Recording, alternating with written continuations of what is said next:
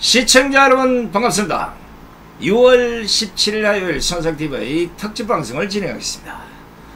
자, 우파 국민들은 조폭과 허수아비 같은 이 정치인들 때문에 원치 않았던 박근혜 대통령 불법 탄핵에 이어서 또다시 윤석열 대통령의 사기 탄핵의 아픔을 겪어야만 했습니다.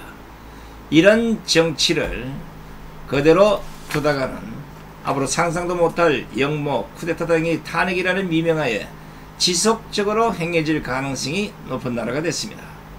일찌감치 다시는 대한민국의 불법 탄핵으로 현직 대통령을 내쫓는 불행한 일은 없어야 한다면서 박근혜 대통령 불법 탄핵의 진실을 밝히는데 모든 것을 바친 것도 모자라서 사전을 틀어 다큐 영화를 만들어서 국민 계몽에 나서고 있는 애국자가 있습니다. 오늘 특집 방송에는 어제 오후 방송에서 예고해 드린 대로 태극기 집회 7년의 기록이라는 이 다큐 영화를 제작한 조선일보 기자 출신의 우종찬 제작자를 특별 손님으로 모셨습니다. 자, 오신 고생하신데 저희 방송 아마 처음이신데 시청자분들께 인사 한마디 하시죠. 손상대 TV가 소위 구독자도 많고 그리고 영향력이 대단하다는 거, 그리고 실시간 방송을 할 때 한 몇만 명이 한꺼번에 모인다는 그런 소문은 저도 익히 듣고 있습니다. 예. 그래서 이 손상대 TV에서 저한테 이런 기회를 주시니까 저는 진짜 고맙습니다. 원래 뭐 자주 주셔야 되는데 이게 뭐 우 기자님도 아시다시피 우리 이 강성 우파의 좀 강성 이런 유튜브들은 거의 다 제재를 받았어요. 아, 예. 뭐 그것만 아니라 뭐 법적 제재도 받고, 그렇죠. 이제 예. 뭐 다 감옥 갔다 왔잖아요. 자, 아마 손상TV 시청자분들께서는 태극기 집회를 모르는 분들이 없을 것인데 직접 집회에 참여한 그런 감동도 있겠지만 아마 영화로 보면 또 다른 감동을 느끼게 될 것입니다. 그런 판단 때문에 오늘 우종찬 기자를 모셨으니 방송 끝까지 함께 해주시면 감사하겠습니다. 먼저 혹시 우종찬 기자님에 대해서 잘 모르시는 분들, 또 오늘 처음으로 이 방송을 보신 분이 있을 것 같아서 제가 간단하게 소개를 좀 하겠습니다. 하려면 1시간 정도 걸리는데 아주 핵심만 제가 좀 말씀드릴 테니까 어떤 분인지 여러분들 좀 먼저 알아보시고 방송을 시청하면 아마 큰 도움이 될 겁니다. 연세대학교 신문방송학과를 졸업한 후에 조선일보 기자로 입사해서 23년 동안 취재활동을 하면서 월간조선 편집위원을 지낸 일명 독고다이 기자로 유명합니다. 집요한 취재력과 불굴의 투지를 지닌 전형적인 투사형 기자라는 것 때문에 붙은 애칭으로 이해해 주시면 좋을 겁니다. 또 각 방송 패널로도 많이 참여를 해서 우파의 지조를 지킨 애국투사며 불의를 보면 잘 못 참는 성격 때문에 많은 피해도 보는 전형적인 우파 인사 중에 한 사람입니다. 심지어 지난 2020년에는 조국에게 명예훼손 혐의로 고소를 당해서 무려 83일간 옥고를 치르기도 했고 민사소송까지 당해서 큰 벌금을 물게 됐습니다. 책도 여러 권 냈습니다. 특히 박근혜 대통령 불법 탄핵을 고발한 어둠과 위선의 기록, 대통령을 묻어버린 거짓의 산, 이 책에는 진짜 박근혜 대통령 탄핵이 왜 불법 탄핵인지 아주 상세하게 기록이 되어 있습니다. 구속 사유는 이미 보도를 통해서 아신 분도 많이 있을 것이고 책은 아직 지금 현재 시중에 판매되고 있죠. 예, 책은 지금도 판매가 되고 있고, 예. 그리고 제가 그 조국에 의해서 고소당한 그 사건은 예. 제가 재심 청구를 할 것입니다. 당연히 해야지. 예. 그게 왜 또 뭐 잘 알다시피 문재인 정권 산하에서 벌어진 일이니까 아마 재심하고 하면 진실이 밝혀질 수도 있을 텐데 이게 또 정권이 또 바뀌어가지고 이게 예. 그래도 끝까지 가야 됩니다. 그렇지 않습니까? 그죠? 맞습니다. 예. 그 아까 말씀드린 요 두 가지 책, 네. 요 어둠과 위선의 기록, 대통령을 묻어버린 거짓의 산, 요거 먼저 살짝 설명해주고 한번 가는 것도 괜찮을 것 같은데. 예, 제가 2016년 11월부터 그러니까 촛불 집회가 시작된 게 2016년 10월 29일입니다. 토요일입니다. 그때부터 현장에 나와서 취재를 하면서 그리고 이제 박근혜 대통령 형사사건, 탄핵재판, 형사사건 재판을 법정에서 직접 보면서 아니 법정에서 일어난 일하고 신문에 보도되는 내용과 너무나 다른 거예요. 그렇죠. 법정에서 제가 들은 그런 A라고 들었는데 신문 기사는 저도 B라고 쓰는 거예요. 아, 이건 아니다. 그래서 제가 2019년도에 이 국민들한테 진실을 알려야 되겠다 해서 대통령을 묻어버린 거짓의 삶 제1권을 2019년도에 제가 썼습니다.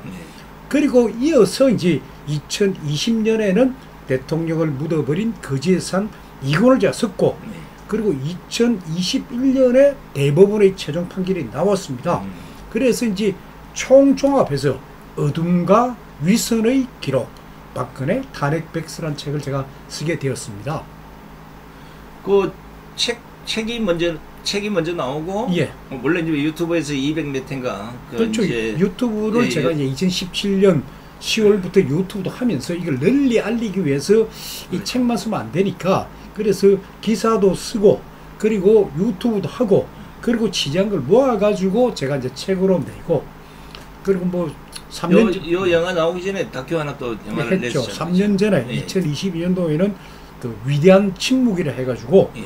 박근혜 대통령 탄핵의 진실, 그 부분에 대해 가지고 다큐멘터리 형식으로 그때 영화를 만들었는데, 그때 시기가 맞지 않아 가지고 많은 분들이 이 영화를 찾지를 않았습니다. 그렇죠. 예. 뭐 그때는 이제 초기고 막 이러다 보니까 이제 또 그런 어떤 홍보나 이런 것들을 좀 미진해서 뭐 저도 보긴 했습니다만은, 사실 그 영화도 상당히 감동적이었는데, 이 특히나 우파가 영화 잘 안 봐요.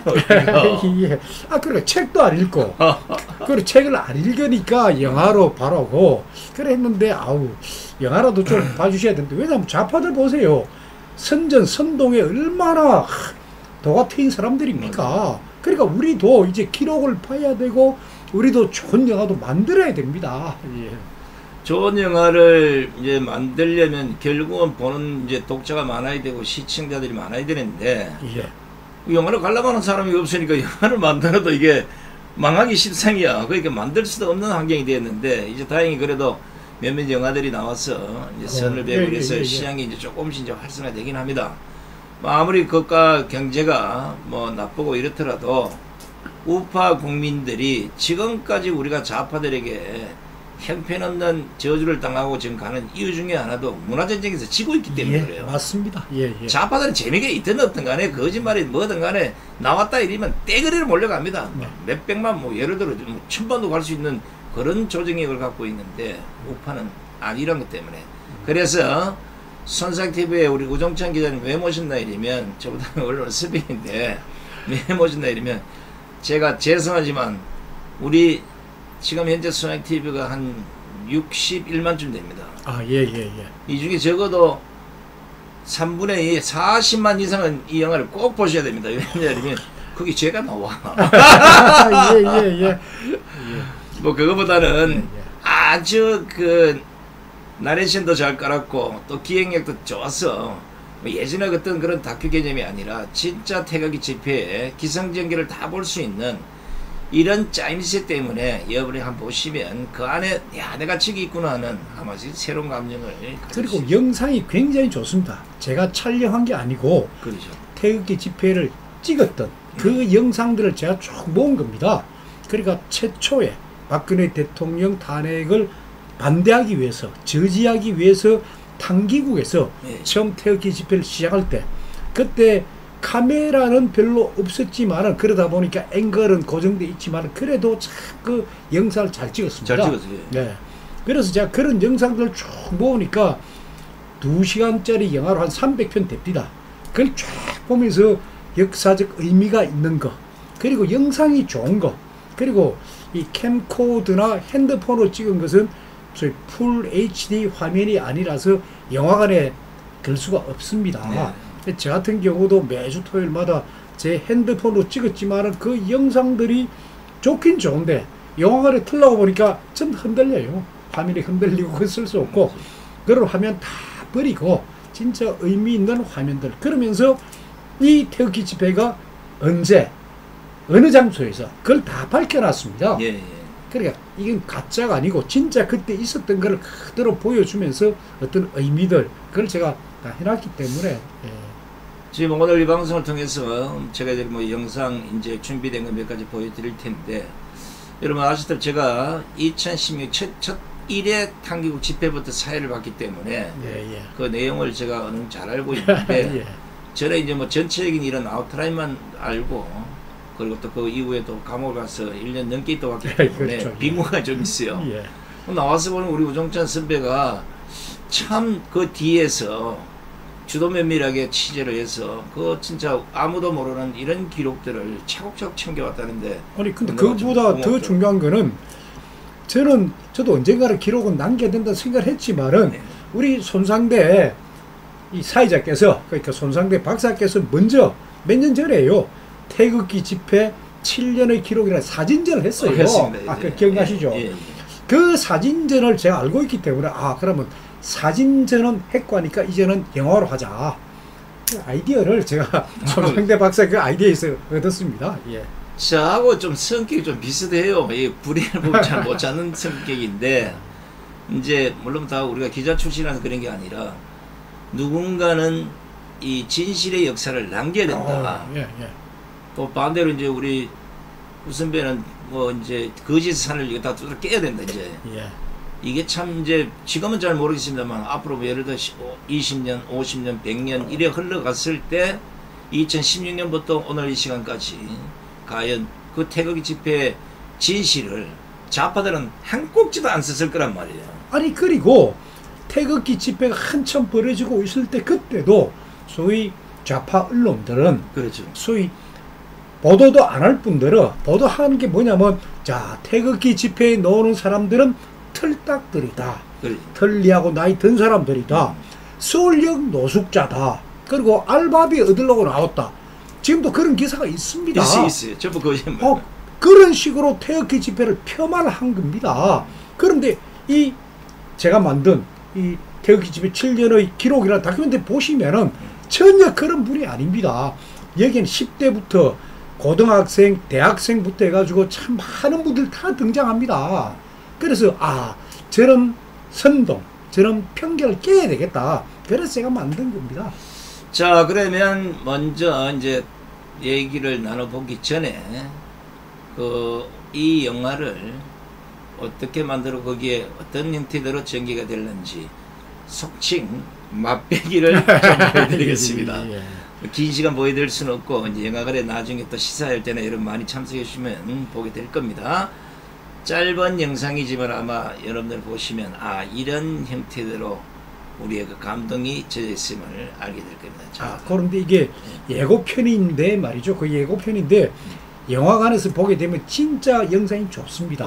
괜찮아요. 이 유튜브로 하다 보니까 영상이 조금 그렇다 그런데 그래도 본인 뭐 대부분 여기 이제 시청자분들이 태극기 집에다 관련이 있는 분들이니까 아마 이해가 되고 아마 이 짧은 걸 보아도 아마 감동이 있을 겁니다. 어제 살짝 보여줬더니 감동적으로 봤다는 분이 많아요. 자, 같이 한번 보겠습니다.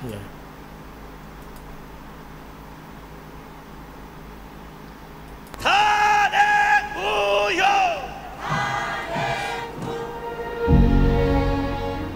2016년 11월부터 시작된 태극기 집회는 자유대한민국을 지키기 위한 애국 국민들의 피 맺힌 절규이자 정의로운 외침이었다. 6.25 전쟁의 폐허 속에서 대한민국을 부강하게 만들기 위해 피와 땀과 눈물을 흘리며 열심히 살아온 그 시대 어르신들이 바로 태극기 집회의 주역이다. 자유민주주의와 법치를 수호하기 위해 매주 토요일마다 태극기를 들기 시작하자 이에 공감하는 젊은 세대들이 가세하면서 비폭력적이고 평화적인 거대한 국민 저항운동이 되었다. 이 영화는 애국 국민들의 7년간 발자취를 기록한 것이다.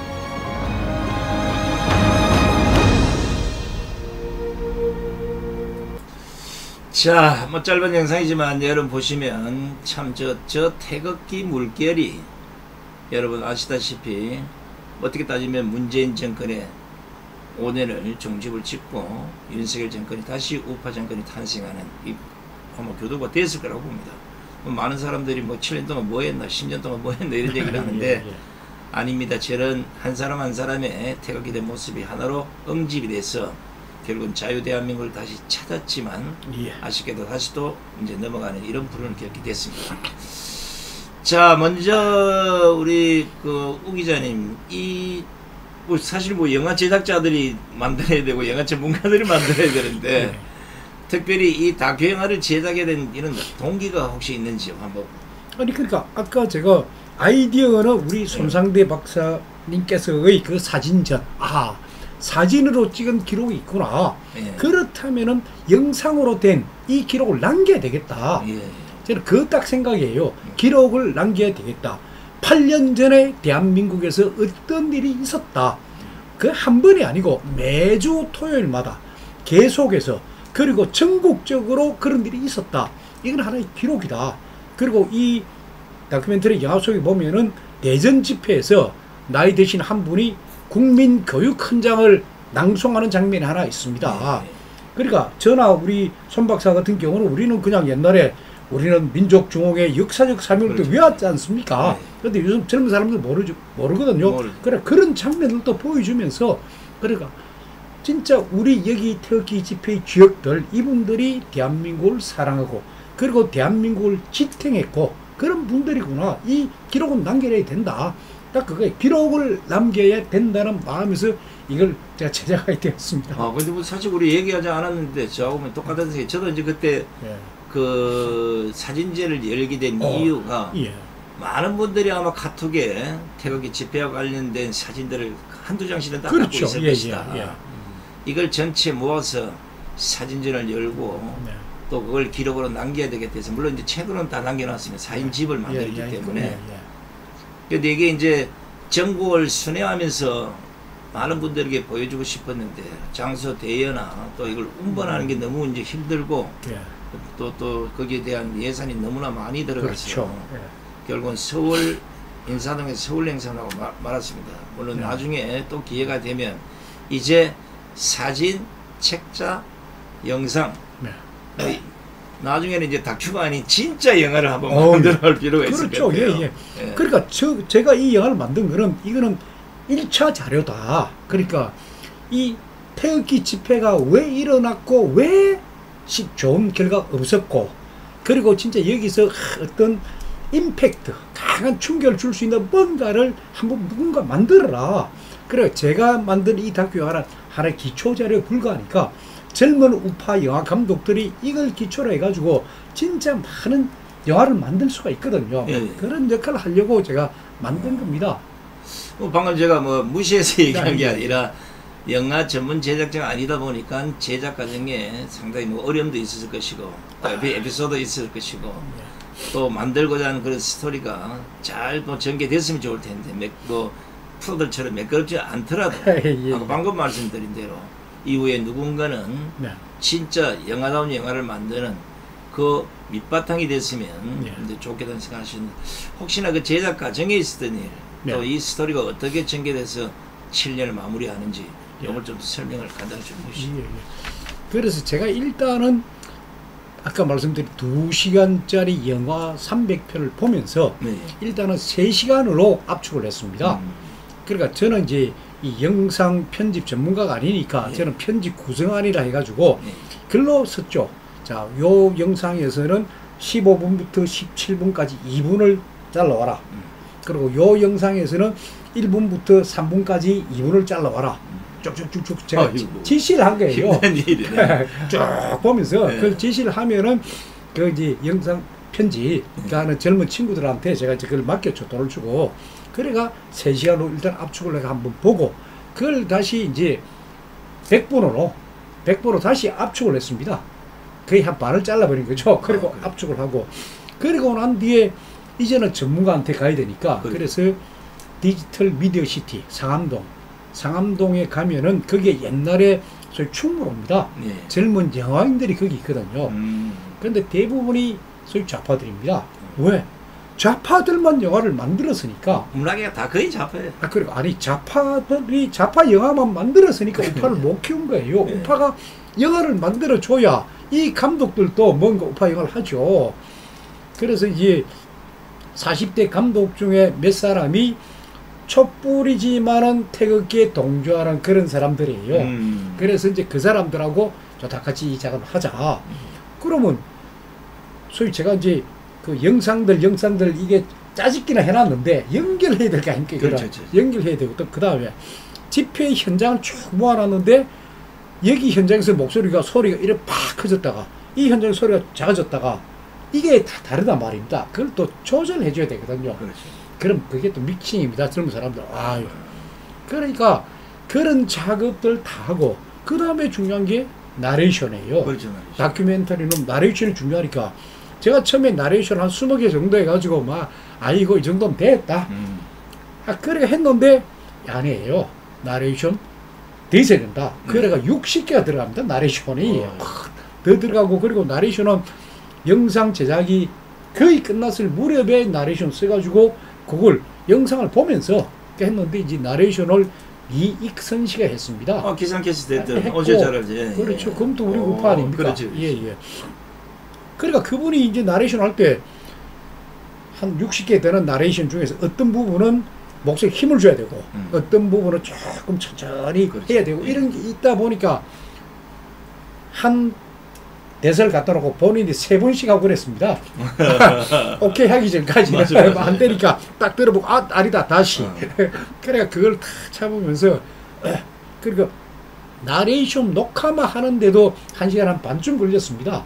그러니까 그 정도로 해서 이제 나레이션까지 집어넣고 그 다음 중요한 게 노래입니다. 그렇죠. 노래가 안 들어갈 수가 없는데 이 노래가 그러니까 음향이라 표현하죠. 근데 이게 저작권에 또 있단 말입니다.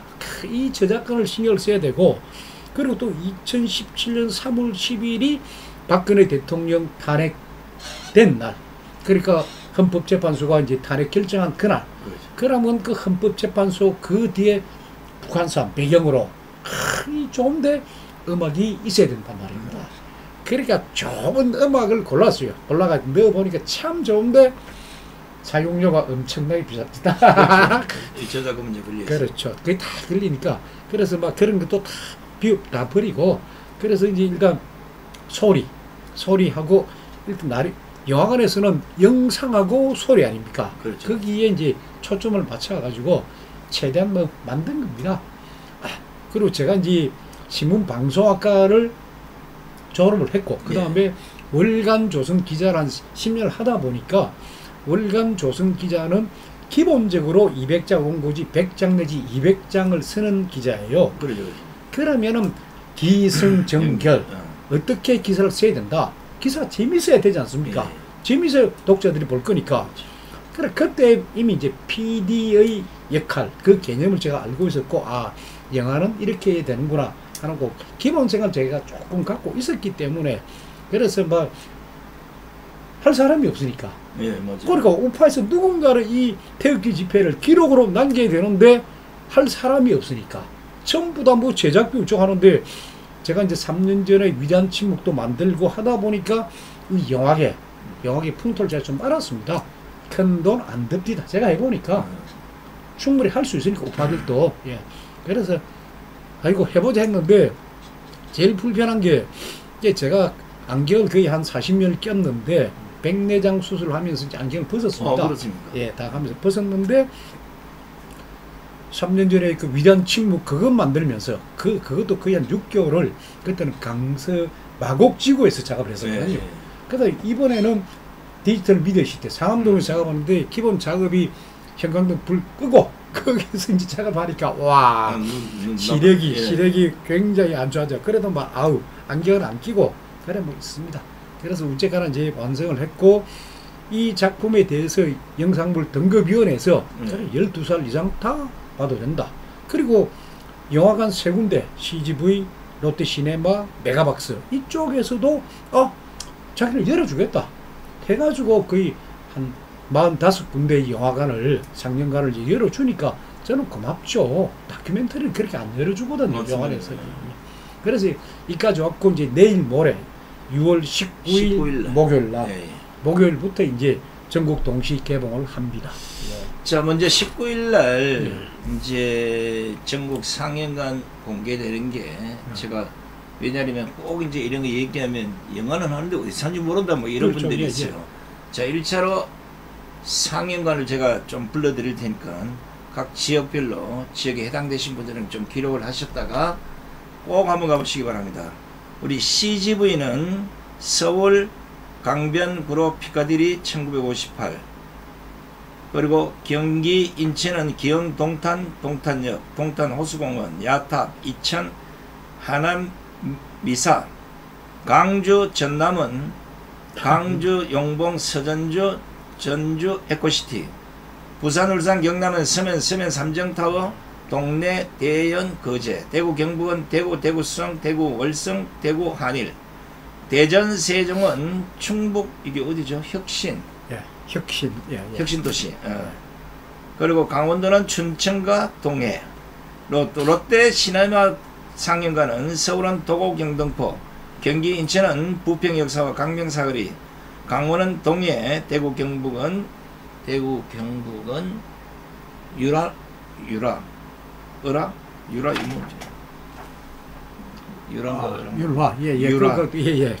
위치가 있습니다. 부산 울산 경남은 부산 광역, 부산 성서, 부산 프리미엄 해운대 장산역, 울산 백화점, 전주 혁신 롯데몰, 그리고 메가박스에서도 합니다. 서울 코엑스, 대전 세종, 북대구 칠곡, 부산 울산 경남 울산, 경기 인천 수원, 경기 인천 또 시흥 정왕, 평택 비전. 자, 여러 곳에서 일단 19일 날 이게 동시 개봉하는 거죠. 19일 날이죠. 그래 일단 계약서에는 일주일간, 그러니까 6월 19일부터 6월 26일까지 일주일간은 무조건 틀어줍니다. 그런데 관객이 없다 하면은 내립니다. 그런 거기 때문에 많은 분들이 계속 봐주셔야 이게 오랫동안 상영이 될 수가 있습니다. 예. 자, 제가 뭐 강암광장에 여러분 아시다시피 이제 4일 보다 보니까 많은 감독들이 와서 영화는 뭐 만들었는데 상영관을 안 열어준다. 또 열어놔도 손님이 많아서 거꾸로 내리는 경우가 많다고 이래서 오늘 제가 우 기자님 모시고 직접 여러분들에게 호소를 하고 싶은 거는 아무리 좋은 영화를 만들어도 안 보면 헛방이에요. 그죠? 맞습니다. 예. 어떤 이유가 됐든 19일부터 일주일간요? 예, 일주일간은 무조건 열어주는 걸로 되어 있으나 계약서가. 예. 제가 직접 계약서 다 사인했습니다. 방금 제가 그 여러분들이 보여드린 이게 전체 상영관, 이게 19일부터 일주일간은 계속 열려있는 상영관입니다. 그리고 하루에 한 번 내지는 두 번입니다. 2번. 그러니까 영화관에서도 이건 아예 버릴 건 아니구나. 그런 생각이니까 하루에 한 번 열어주는 영화관이 있고 두 번 열어주는 데가 있고 다 있는데 그거는 이제 홈페이지에 그러니까 이 독자 여러분들께서도 이 공부를 좀 하셔가지고 CGV 홈페이지 들어가가지고 예를 들어 어느 영화관 하면은 그러면 몇 시에 하는 그 시간이 다 나옵니다. 그렇죠. 그것까지는 제가 알려줄 수 없고 하니까 지금 저도 못 찾거든요. 왜냐면 날짜가 돼야 되니까. 그러니까 이 시청자 여러분들께서는 그 홈페이지 들어가서 딱딱딱 찾아가지고 그 시간에 맞춰서 가면은 근데 나이 드신 분들은 또 뭐 일일이 또 찾아 들어가기 힘들면 젊은 애들 보고 CGV나 아니면 롯데시네마나 메가박스에서 우리 동네 어디에서 이게 상영하는지 몇 시 하는지 좀 물어보시고 혹시 또 만약에 이 시간에 사진을 좀 알게 되면 제가 우리 방송 커뮤니티에 올려놓겠습니다. 그러면 그걸 보시고 직접 가시면 되고 부탁드리건데 우리가 강화문광장에서 그렇게 싸웠던 이 기록이 그냥 사장돼서는 안 된다는 겁니다. 이 일주일 동안 여러분들이 많이 가줘야 극장에서 이거 뭔가 이게 될 거구나 이래서 일주일짜리로 2주를 해줄 수도 이러잖아요. 그렇죠? 그럼 또 다른 쪽에서 또 아니 거기 하고 우리도 해야 되겠다 이래서 또 상영관을 더 확보할 수도 있고요. 여러분. 그래서 그 영화계에서도 그러니까 몇 년 전에 우파가 만든 영화 건국선생 그게 100만이거든요. 다큐멘터리 100만이면은 좌파들이 그동안에 뭐 촛불 집회니 뭐 그대가 조국이니 해가지고 이거 좌파 영화를 많이 만들었는데 기껏 해봤자 30만이었습니다. 최고가. 그런데 우파 이승만 대통령 영화 100만을 돌파해버렸거든요. 영화계 깜짝 놀란 그 대사건이었습니다. 그게. 그래서 우리도 그런 영화를 계속 만들어야 됩니다. 앞으로. 그러면 물론 뭐 건국전쟁을 뭐 무시해서가 아니라 그러면 바로 태극기 집회에 참여한 인원이 지금까지 연인은 한 1,800만 주인데요. 한두 번 뭐 아니면 뭐 관심에서 와봐도 지금까지 오신 분도 있고 있다 이러면 한 200만 한번 찍어봅시다. 우리가 네. 기록을 세워야지 뭘 하려면. 이게 왜냐면 태극기 집회 7년 기록인데 관람률도 기록을 깨야 되고 상영관도 기록을 깨야 돼요. 200만을 일단 목표로 어떤 이유가 됐든 19일부터 전국에서 이 영화를 꼭 한 번씩 보시기 바랍니다. 그리고 이제 저도 이 영화를 만들 때 제일 중요한 첫 장면이에요. 야, 이 태극기 집이 첫 장면을 무엇으로 할 것이냐. 그렇죠. 굉장히 고민스럽지 않습니까? 그래서 이제 그러면은 우파 모임에서 자 행사를 할 때 제일 첫 장면이 뭡니까? 국기에 대한 경례입니다. 맞습니다. 국기에 대한 경례하고 그 다음에 순국선열에 대한 묵념하고 그리고 애국가 제창입니다. 맞아요. 애국가. 그래서 일단 국기에 대한 경례가 첫 장면입니다. 동대문 운동장에 태극기 확 휘날리고 그게 국기에 대한 경례. 거기서부터 이 영화가 시작이 됩니다. 그 다음에 순국선열에 대한 묵념. 그 사람들 얼굴을 아주 구체적으로 카메라 잡고 있기 때문에 누군지를 알 수 있습니다. 와, 저 사람 다 알 수 있습니다.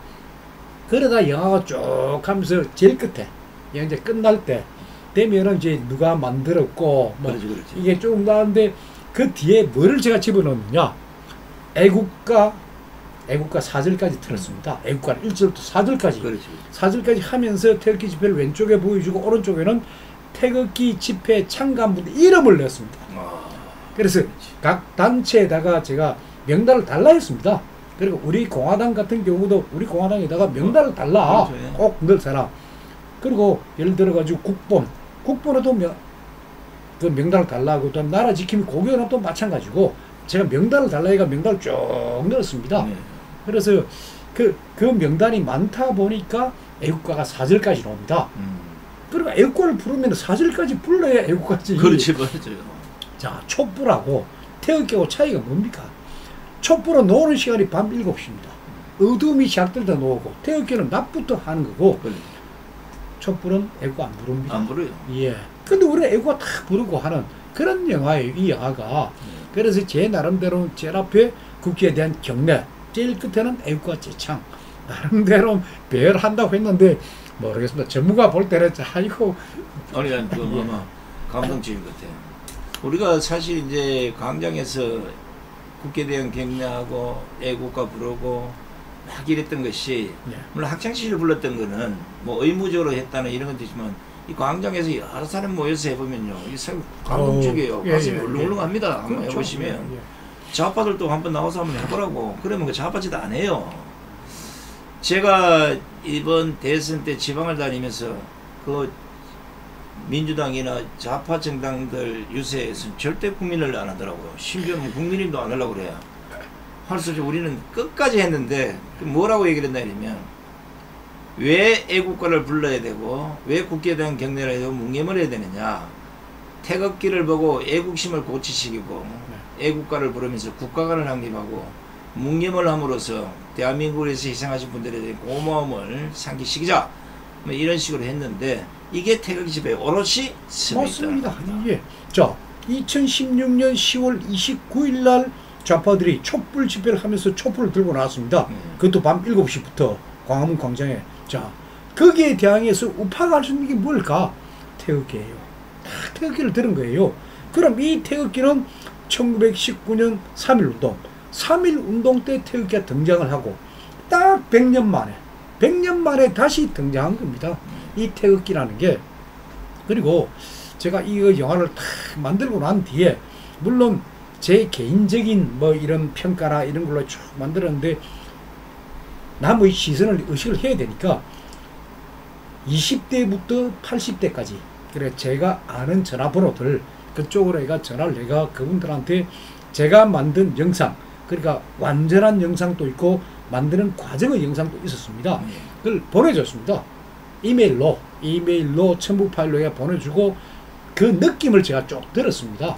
자, 이 영화를 보고 어떤 생각이 드시느냐 했는데 30대 40대 그 젊은 사람들 남자들 이야기가 와 자기가 8년 전에 그때 대학 직장생활 할 때인데 쫄병 떼고 그래서 창밖에 토요일을 보면 사람들이 뭐 태극기 들고 지나가는 거 봤다 그거예요. 저 사람들 또 토요일마다 또 하는구나 보다가 막상 이 영화를 보니까 왜 태극기를 들었고 저 태극기의 의미가 뭐고 활약을 펴왔다. 그래서 이 젊은 사람들이 꽉 반드시 봐야 될 영화입니다. 저한테. 그리고 30, 40대는 의외로 반응이 좋더라고요. 네. 아, 그런데 이제 50대에 가니까 50대 남자들 애매하면서 딱 가니까 이게 무슨 영화냐? 첫째, 영화에는 말이지 스릴과 서스펜스가 있고 해야 되는데 이거는 뭐 기록이지. 그걸 보다 잡다. 그리고 50대 남자들의 반응은 별로고, 다음에 여성들은 나이 상관없이 여성들 반응을 탁 들어보니 눈물을 흘렸다. 그리고 저 영상 속 저 현장에 내가 있었다. 그런 이야기를 했다.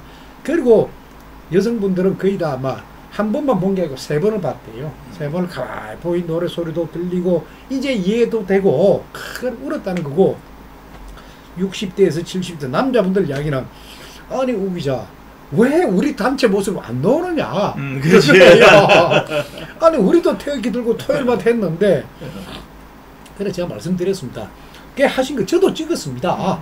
예를 들면 해군 사관학교 회사, 그 회사 깃발 참 좋은 거 저도 많이 찍었는데 영화관에서 쓸 수 있는 영상이 아니에요. 핸드폰으로 찍다 보니까. 그렇죠. 그건 누군가가 이 소위 풀 HD로 찍었으면은 다 들어갔을 건데, 그래서 아이고 죄송합니다 할 수 없죠. 막 그런 분들도 계시고, 그래서 이거는 기록이고 많은 분들의 공통된 생각이 기록으로 남겨 젊은 사람들을 볼 수 있게끔, 그러니까 태극기를 들었던 그 부모 세대하고 그리고 자식 세대하고 거기에다가 뭐 손주까지 있으면 같이 가서 보는 것도 괜찮을 거다. 그리고 여기 뭐 욕설이 있는 것도 아니고 하니까 영상물 등급위원회에서 12살 이상 누구나 볼 수 있다고 딱 관람가도 내줬으니까 그래 한 번은 볼만한 영화입니다. 한 번이 아니라 뭐 계속 봐야 돼. 여러분 알다시피 뭐 태극기 집회에 나오는 사람들이 악한 사람들이 별로 없어요.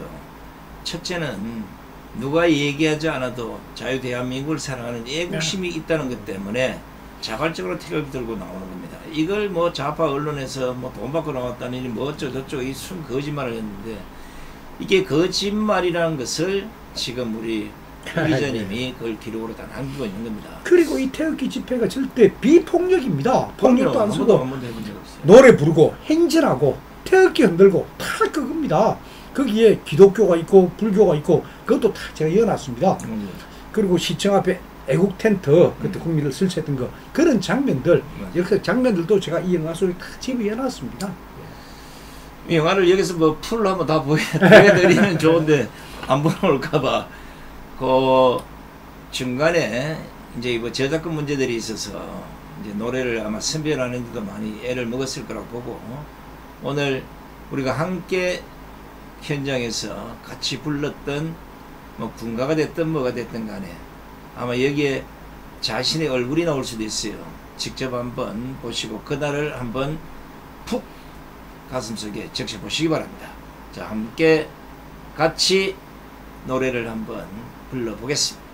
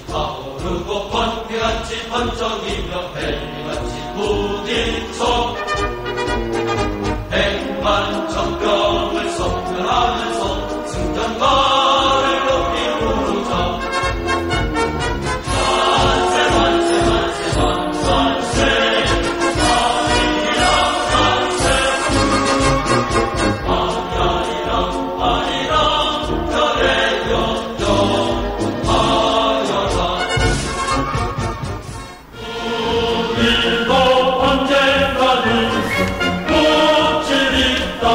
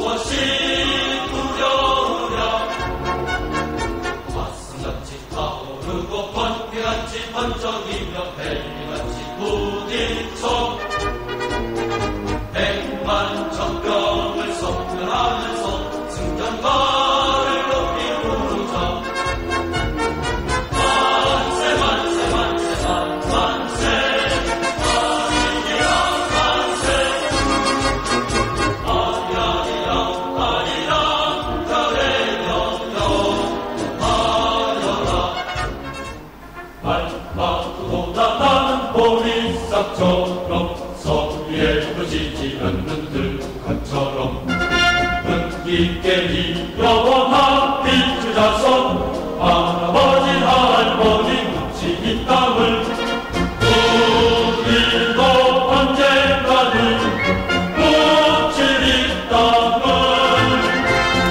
소중히 아프며 지켜나갔세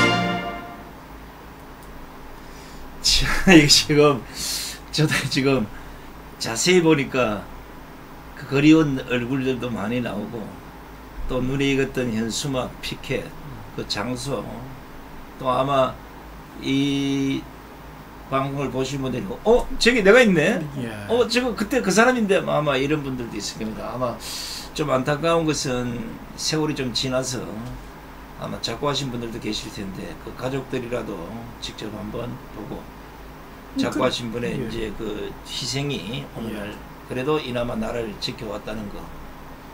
2016년 12월 31일 날 연말 그때 태극기 집회가 열렸고 그때 서울시청 광장에서 우리 손상대 박사의 멘트 아주 기가 막힙니다. 이거 보시면 그렇습니까? 한번 제가 한번 유심히 한번 보겠습니다. 그리고 저도 이제 태극기 집회를 저도 토요일마다 해서 한 따라다닌 것도 저도 한 7년 따라다녔는데 그러면서 많은 분들하고 제가 연락처도 주고받고 명함도 주고받고 했는데 아이고 작년부터 저한테 부고장이 날라옵니다. 그분이 돌아가셨는데 아버님이 쓰던 핸드폰에 제 전화번호가 있으니까 자식들이 저한테 이 부고를 아버님 돌아가셨다고 참 그럴 때 가슴 아프죠. 그럼 제가 뭐 갈 수 없는 데를 꼭 이거 조의도 펴고 그래 쭉 했는데 그거 보면서 참 많은 분들이 세월이 지나니까 결국 하늘나라로 가시는구나. 그걸 참 느끼고 있습니다.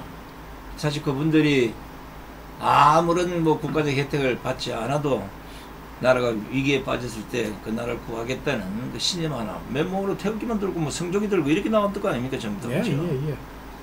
지금은 뭐 여러분 아시다시피 뭐 예전에 나왔던 분들이 안 나온 사람도 있고 또 새롭게 나온 사람도 있고 이랬는데 아마 2016년부터 17년 그 사이에는 진짜 이러다 나라 큰일 나겠구나 해서 진심으로 뛰쳐나온 사람들이 뭐 지금 다 진심입니다만은 그때 그게 오히려 더 강했을 수도 있어요. 진짜 여러분 아시다시피 뭐 이미 목숨을 잃고 지금 하늘나라 계신 분도 있고 부상을 당해서 아직도 아픔에 젖어 있는 분도 있고 이 국가가 아직도 그런 걸 사랑으로 보듬지 못한 게 억울하지.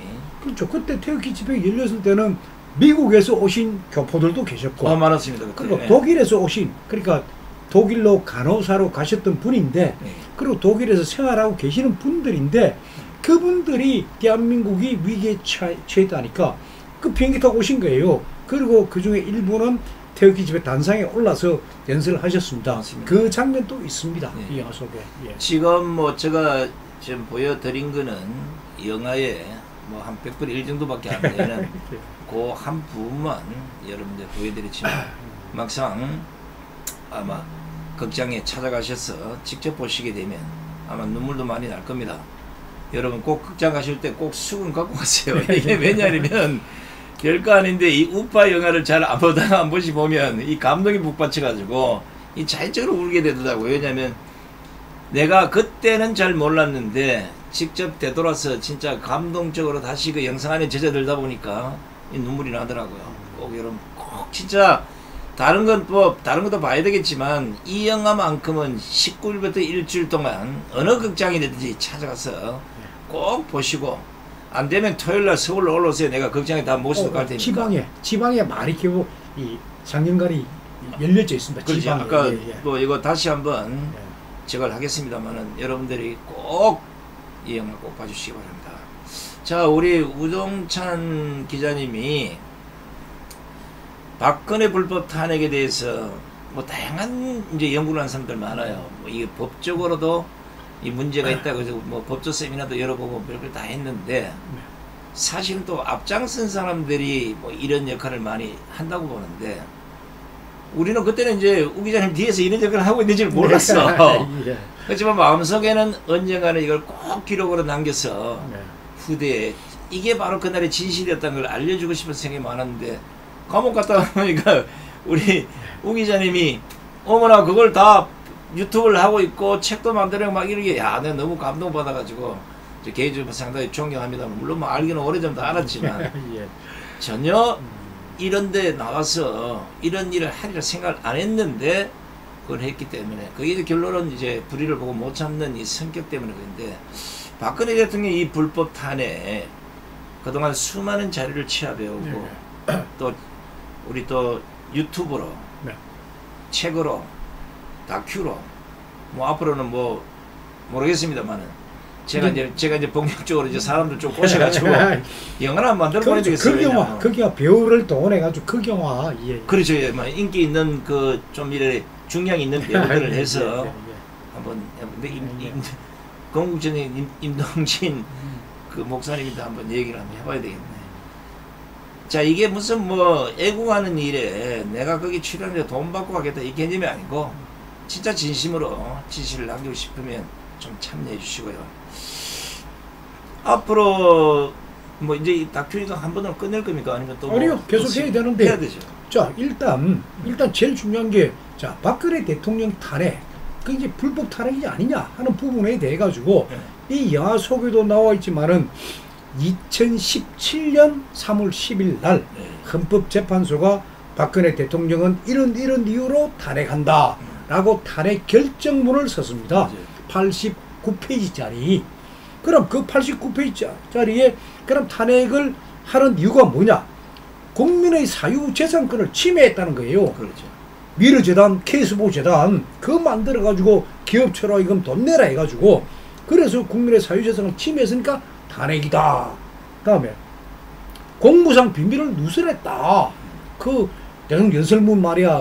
그 최순실한테 주고 이랬다는 건데 자 2017년 3월 10일 날 헌법재판소가 탄핵 결정을 했는데 2021년 1월 14일 날 대부분이 형사재판에 대해 형사사건에 대해서 최종적인 판단을 최종 선고를 합니다. 거기에는 박근혜 대통령은 미르재단, 케이스보재단 설립하면서 기업들 보고 기업들에게 돈을 내라. 재단 출연금 내라고 강요한 적 없다. 그 무죄라고 한 거예요. 헌법재판소는 이건 탄핵 사유가 된다. 대법원은 그 무죄다. 그거 보세요. 그건 불법 탄핵이죠. 그 다음에 박근혜 대통령이 정호성을 통해서 최순실한테 수많은 소위 공무상 비밀을 누설했다. 그러니까 47건을 누설했다. 헌법재판소 탄핵 결정문에 나옵니다. 대법원 47건 중에서 33건은 소위 말해서 증거 법칙 위반이다. 그거는 증거를 못 쓴다. 14건만 공무상 비밀 누설 맞다 하는데 그 14건도 중요한 내용 아니에요. 맞아요. 그래서 저는 지금 제가 못한 게 이제 자 박근혜 대통령 탄핵 결정문은 허위 공문서다. 그러니까 헌법재판소의 탄핵 결정문하고 대법원하고 대법원 판결문하고 비교해가 그거는 조그마한 책으로 그냥 주머니에 꽂고 다니면서 언제든지 볼 수 있는 긴 책 말고 그런 책을 하나 써가지고 그걸 바로 하고 그리고 이 영화에도 이 태극기 집회 7년의 기록이라는 영화 속에도 이 내용들이 나옵니다. 그러면서 이제 이 탄핵에 대해서 불법 탄핵에 대해서 재심을 청구할 수 있는 법적 근거 그 법적 근거가 대법원 판결이거든요. 헌법재판소 탄핵 결정문을 대법원 판결문이 탄핵을 해버렸으니까 그 결정문으로 하면은 재심의 근거가 된다 하는 게 영화 속에도 쭉 나옵니다. 지금 우리 우 기자님 말씀 듣다 언뜻 생각이 난 게 박근혜 대통령께서는 이 영화를 꼭 보셔야 됩니다. 윤석열 대통령도 보셔야 되고 그때는 윤석열 대통령이 특검에 있었으니까 불법으로 박근혜 대통령을 감옥에 보낸 한동훈은 가면 안 돼. 한동훈이 간다 그러면 영화 보러 갈 수는 별로 없어요. 한동훈은 가지 말고 윤석열 대통령은 꼭 가서 이 영화를 보시기 바랍니다. 그러니까 윤석열 대통령도 대통령 당선인 시절에 대구 달성을 찾아가가 그렇죠. 대선 취임하게 찾아가가지고 그래 대통령 이야기하고 딱 한마디 참 면목이 없습니다. 하는 이야기가 요 영화 속에 다 들어 있습니다. 물론 이제 그 박영수 특검이라는 또 이제 좌파 정권이라는 그 한계 안에서는 뭐 위에서 지시를 할 수 없는 뭐 이런 구조라고 보는데 뭐 거기에 가서 뭐 사과도 하고 받아들인 쪽에서 받아들였기 때문에 그래도 이 영화를 보시고 그 당시 불법인지 알고 수사를 그렇게 했든지 모르고 그렇게 했든지 간에 역사의 진실만은 머릿속에 담으시기 바랍니다. 또 박근혜 대통령은 이 영화를 처음부터 끝까지 한 번이 아니라 뭐 10번이라도 꼭 보시고 당신 가슴 속으로부터 올라오는 눈물이 난다면 저도 이걸 국민들에게 꼭 한마디 하십시오.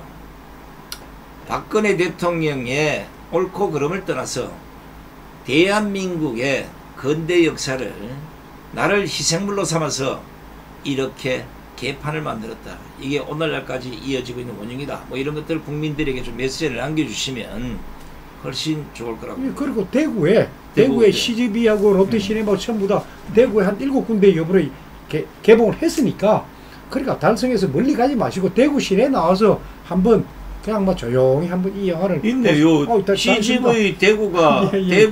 대구 수성, 예, 대구 예. 월성 뭐 다 있는데 대구 한일도 있고 또 롯데 시네마도 대구 있습니다. 대구 있습니다. 예. 유라 또 있고 예. 유라가 이거 대구가 유라 맞네. 유라 그쪽, 메가박스도 있고. 예. 자 혹시나 혼자 가시기 힘들면 저한테 연락하십시오. 제가 박근혜 대통령 탄핵 막아보려다 감옥가 13개월이나 살다 왔는데 뭐 저한테 뭐 미안하다 할 필요 없어요. 저는 이제 가장 가슴 아픈 게 그 3월 10일 날 그 불법 탄핵이라는 소리를 듣고 너무나 이제 분노한 나머지 목숨을 잃으신 그 5분의 그 애국자들을 위해서라도 우리가 이 영화가 잘 돼야 될 것이고 또 이 영화를 박근혜 대통령이 될 수 있으면 홍보대사라도 좀 해주십시오. 그래야 되지 않겠습니까? 자, 아까 우리가 뭐 서두에 좀 얘기를 했었는데 이 진실의 역사는 누군가는 남겨한다. 이게 제 지론이자 우리 우 기자님 지론 같은데 앞으로 잘못된 이 불법 탄핵 또 다시 말하면 박근혜 대통령에게만 머물지 말고 윤석열 대통령 이 사기 탄핵에 대해서도 한번 계속 연장선에서 가볼 필요가 있다고 보는데. 그럼 최근데 저도 내일 모레 70입니다. 못합니다. 못하고. 그래 저도 이제 책은 이미 섞고 하니까 저도 이제 다큐멘터리 두 개를 만들고 해서 이제는 좋다. 우파도 우리도 재밌는 극영화.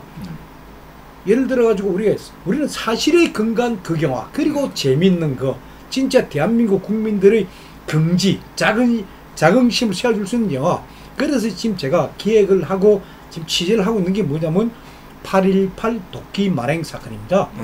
1976년 8월 18일 날. 그것도 큰 사건이에요. 미군 대위 보니파스 바레트 중위가 죽었는데 그때 우리 1공수 여단 64명의 특공대가 들어가 판문점 안에 있는 북한군 초소 전부 없애버리고 그때 박정희 대통령께서 미친 개한테는 몽둥이가 약이다. 그리고 북한의 김일성이가 처음으로 사과하고 그 엄청난 그거예요. 그때 우리 특공 대원들 64명이 건총, 몽둥이, 그리고 물론 숨겨놓은 M16, 그리고 온 가슴에 수류탄, 머리칼 깎고 손톱, 발톱 탁 깎고 이러고 들어간 거예요. 그분들이. 그 아주 재미난 영화, 그런 영화부터 제가 그거는 만들기도 쉽고 하니까 그런 영화부터 한번 보여주면서 우리 우파들도 어떤 긍지를 좀 가져라. 이게 역사입니다. 대한민국. 이 정교조한테 우리가 속고 있는데. 제가 이런 말씀을 하시면 오해하실 분도 계실지는 모르겠습니다만 우리가 강화문 광장에 근 10여 년 동안 자신의 모든 걸 다 버리고 심지어는 생업을 뒤로하고 죽기 살기로 좌파들과 맞서 싸우는 그 이유 중에 하나는 오늘 내 혼자 편해보자고 하는 짓이 아니라 이 상태로 두어서는 앞으로 대한민국 미래가 제대로 굴러갈 수가 없다. 자라나는 지금 현재 후세 세대를 위해서라도 나를 자유대한민국 반석에 올려야 된다. 이런 생각 때문에 싸우고 있습니다.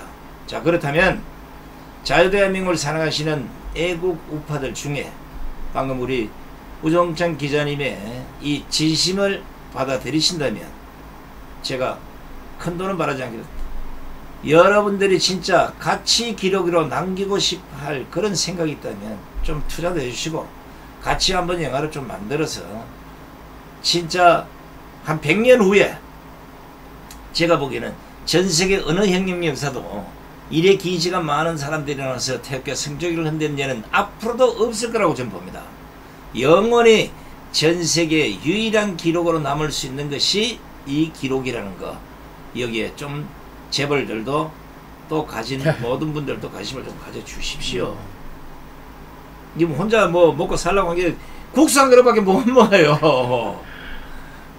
이 힘든 과정을 거쳐오면서 좌파들은 그렇지 않습니다. 막 그 보십시오. 좌파 뭐 한다고 뭐 순식간에 뭐 몇십억씩 갖다 뭐 쏟아붓고 하는 판인데 우파는 뭐 하자 그러면 전부 다 발 빼버려요. 그렇지만 이 영화만큼은 여러분들이 뭐 투자를 해주고 안 해주고 떠나가지고 많이 끝났습니다. 다 끝났습니다. 오시면 됩니다. 극장에 오셔서 많이 영화관에 가주면 되는 것이고 앞으로 이제 더 좋은 영화를 만들기 위해서는 또 깍두리 또 만나셔서 많은 자문과 조언도 해주시면 고맙겠습니다. 사실 그 박근혜 등 불법 탄핵에 대해서는 책도 저도 뭐 몇 권 냈어요.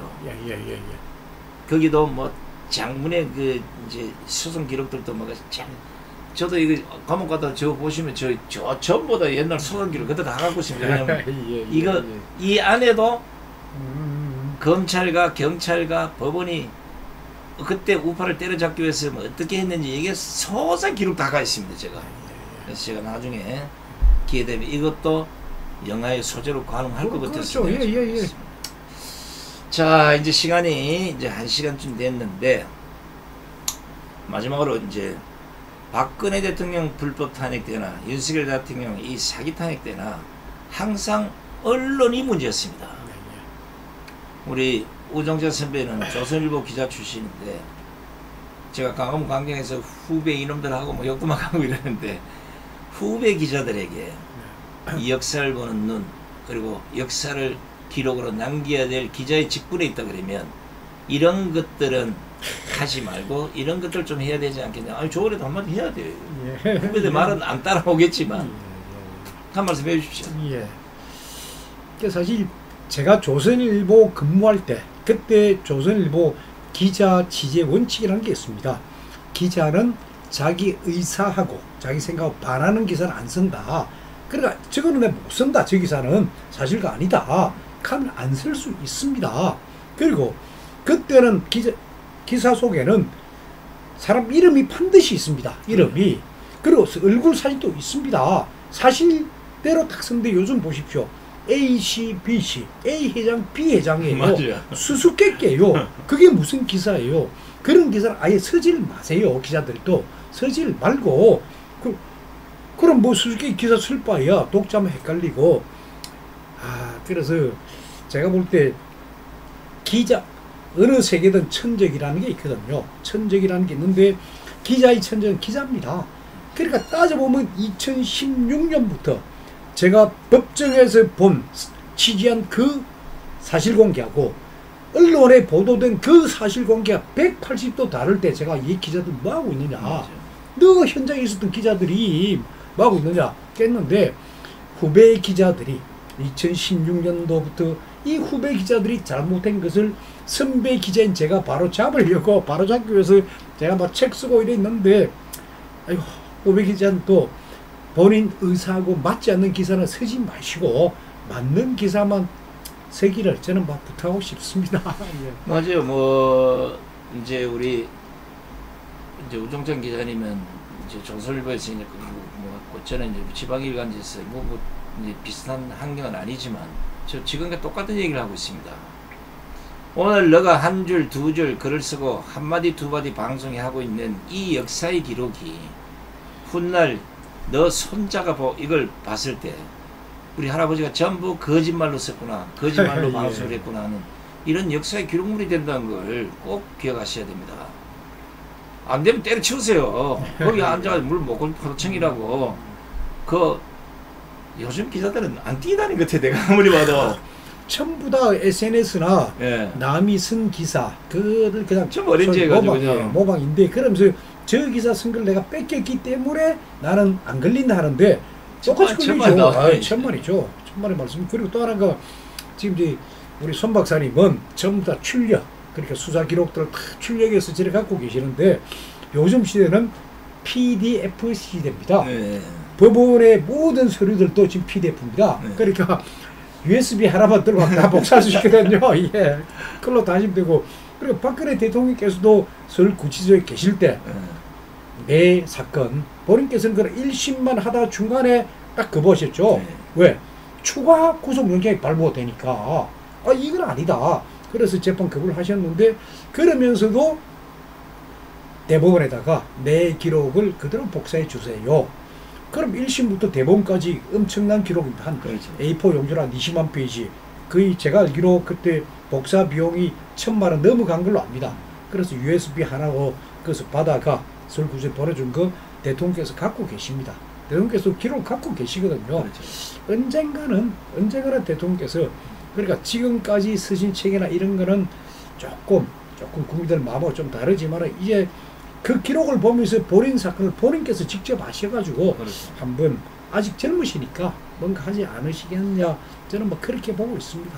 기회가 되면 박근혜 대통령께서 우리 우정찬 선배하고 저하고 둘이 좀 집을 한번 풀어주세요. 아니 왜냐 이유가 있어. 예. 이 역사적 기록의 처음부터 끝까지를 누구한테 들었을지는 잘 모르겠습니다만은 아마 조금은 왜곡된 내용을 많이 알고 있을 거라고 생각을 해요. 처음부터 끝까지 하나도 틀리지 않는 오로지 진실만 알고 싶으시면 불러달라는 얘기. 예. 갈지 안 갈지는 잘 모르겠습니다만은 우리 또 성격이 오란다고 잘 가지나.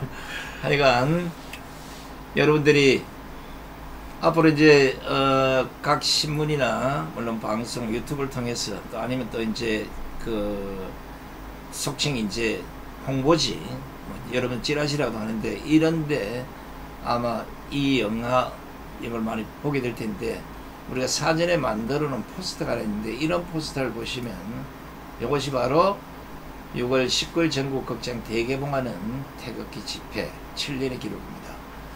요 영화를 우리 우정찬 기자님 밑에다가 뭐라고 해놨냐면 자유민주주의를 수호하는 애국 국민들께 이 영화를 바칩니다. 그러니까 저는 이 영화 제목에서 뭐 예를 들어 뭐 선동이니 뭐 예를 들어 초를 친다는 표현 안 쓰고 저는 그냥 있는 대로 그러니까 기록 영화다 이 영화는. 그래서 기록이라고 남긴 겁니다. 진짜 여기 뭐 이제 자유민주주의를 수호하는 애국 국민들께 이 영화를 바칩니다. 이러니까 뭐 좌파들은 오지 말라는 얘기 아니고 좌파도 와서 보고 이것 때문에 저분들이 태극기를 들고 성적을 들고 저 아스팔트에서 저렇게 싸우구나. 나도 이제 이쪽을 촛불을 끄고 이쪽으로 가야 되겠다. 이런 발로가 될 수 있는데 꼭 보세요. 이 영화는 사실은 제가 보기에는 대한민국의 미래를 위해서라면 좌파들이 더 많이 봐야 돼요. 뭔가 회개하고 뭔가 반성할 수 있는 좋은 기회가 될 수 있다고 봅니다. 안 그래도 오늘 오전에 그러니까 이제 영화 상영관이 다 나오는 바람에 제가 그 상영관 그걸 쭉 알려주다 보니까 좌파 쪽에서 연락이 왔습니다. 그렇죠. 연락이 와가지고 당신이 만든 그 영화 그거를 소위 MP4로 좀 보내줄 수 있느냐? 제가 보내줄 수 있다고. 그걸 좀 보내달라고. 오케이. 이메일 주소를 주면은 내가 보내주겠다고. 좌파 쪽에서도 관심 갖는 사람들 그리고 제 핸드폰 번호는 공개가 돼 있으니까 누구든지 전화하면 저 받고 그리고 다 보내드립니다. 보시고 뭐 비판을 하셔도 좋고 박수를 쳐주시도 좋고 그렇습니다. 될 수 있으면 그런 영상 받아서 비판하지 마세요. 왜냐하면 눈까지 나빠져 가면서 죽기 살기로 어떤 기록을 진짜 우리가 진실한 기록을 남긴다는 게 사실 어렵습니다. 성경이 만약에 거짓말로 뭘 써서 남겼다 이러면 지금까지 이렇게 전 세계 국민들 사랑을 받겠습니까? 그게 아니잖아, 그죠? 그래서 우파의 다른 분들도 제 못지않게 태극기 집회 영상들 갖고 계시는 분이 계시면 만드십시오. 그러니까 태극기 집회를 우종찬이가 만든 거 말고 다른 분들이 만든 다른 버전들 그걸 쭉 만들어 놓으면은 이게 다 기록이죠. 그래. 하여간 뭐 이 영화가 진짜 대한민국 우파 국민들 가슴 속에 영원히 남을 수 있도록 제가 아까 선상TV 시청자를 죄송합니다만 강화문 광장에 나온 1,800만 국민들 중에 적어도 1,000만 이상이 시간이 걸 때 꼭 한 번씩만 아니면 두 번씩 그것도 안 되면 죽기 살기로 또 돈 많으신 분은 좀 해서 동네 사람들 싹 끌고 그냥 가고 뭐 좀 이렇게 해서라도 한번 기록을 세워봤으면 좋겠습니다. 자, 이제 마지막으로 우리 우정찬 기자님 뭐 마무리로 뭐 하실 말씀 있으면 한마디 해주시고. 근데 이제 어떻게 하다 보니까 저는 제가 전문가도 아니고 하는데 이 영상을 제가 이제 20대부터 80대까지 그걸 한 500명한테 보내줬습니다. 보내주다 보니까 어느 분이 전문가예요. 그분 말씀이 와 자기가 이렇게 봤는데 물론 스토리하고 이런 거 조금 재미는 없다. 영화로서 요소는 없지만은 연결하고 이런 게 상당히 잘 돼 있고 음악 같은 그 음향이 아주 잘 돼 있다. 그래서 칸 영화제 국제 칸 영화제 이 영화를 출품하는데 다큐멘터리 부문에 그러니까 유럽 사람들이 엄청나게 좋아할 영상이 좋으니까 이게 워낙 영상도 좋고 그리고 대한민국 국민들의 데모 문화, 시위 문화가 K-팝 전 세계가 존경하고 있지 않습니까? 대한민국 국민들은 노래 부르고 태극기 들고 질서정연하게 걷고 행진 쫙 하고 그리고 쓰레기 다 줍고 저 보세요. 다른 데 가면 막 화염병 나르고 던지고 뭐 돌멩이 던지고 난리나는데 어휴 대한민국 국민들이 이런 국민이구나. 이 영화 속에 그게 있구나. 아마 유럽 사람들 특히 뭐 프랑스나 이탈리아 사람들이 봤을 때는 아마 막 미치고 아주 좋아할 그런 작품이다. 그래서 다큐멘터리 영화제 보내라 하는 분도 계십니다. 제가 예. 그래서 지금 이제 개봉이 됐으니까 개봉을 하고 난 뒤에 시간이 되는 대로 칸 영화제 제가 글로 쭉 할 건데 이 영화 작업을 하다 보니까 이제 영화진흥위원회, 영상물 등급위원회부터 막 이런데 많이 제가 배웠습니다. 그래서 젊은 우파, 특히 영화 쪽에 관심 있는 그런 우파 젊은이가 있으면 저한테 오세요. 제가 가르쳐 드리고 제가 있는 자료를 다 넘겨 드리고 그러니까 방향하고 시나리오만 틀만 제가 잡아주고 나머지 재밌게 하는 부분은 젊은 사람들 하시라. 그런 기회를 제가 드리고 싶습니다. 참 좋은 말씀이십니다. 왜냐하면 뭐 어느 누군가의 한 사람 기록에 끝날 것이 아니라 이어져야죠. 그것이 쫙 후세로 이어져서 진짜 거기가 대한민국 우파의 기록이 아니라 거기가 대한민국 전체의 진솔된 기록이 거기에 다 있다. 아마 이런 역사를 우리는 새로 한번 만들어. 그러니까 좌파들이 만든 해방 전후사의 인식하는 그 책 때문에 대한민국의 정통성이 북한에 있고 얘가 젊은 사람들이 맞아요. 완전 좌파로 간 겁니다. 맞아요. 그게 소위 86 세대입니다. 그 사람들한테 대한민국 역사를 알려줘야 되거든요. 지금 이게 여러분 알다시피 뭐 민족문제연구소 이후에 대한민국 예. 역사 다 틀어졌습니다. 거의 다 거짓말이고 심지어는 오늘날 이렇게 잘 사는 대한민국이 이번에 리박스콜 사건을 보면서 좌파들이 어떻게 지금 재단을 하느냐. 이승만 박정희를 마치 친일파의 독재처럼 완전히 대못을 박으려고 하는 이런 현실을 보면서 우리는 또다시 대한민국 안에 진짜 아름답게 꽃피는 이 태극기 물결이 이번 영화를 통해서 활짝 필 수 있도록 여러분 꼭 영화관에 가서 눈물 좀 흘리시고 많이 홍보해 주시면 고맙겠습니다. 자, 오늘 바쁘신 나오셨죠? 아닙니다. 바쁘시기 전혀 아니고 불러주셔서 너무나 고맙습니다. 예. 자, 긴 시간 함께 해주신 시청자 여러분 대단히 고맙습니다. 저희는 다음 방송에서 여러분 다시 뵙겠습니다. 안녕히 계십시오.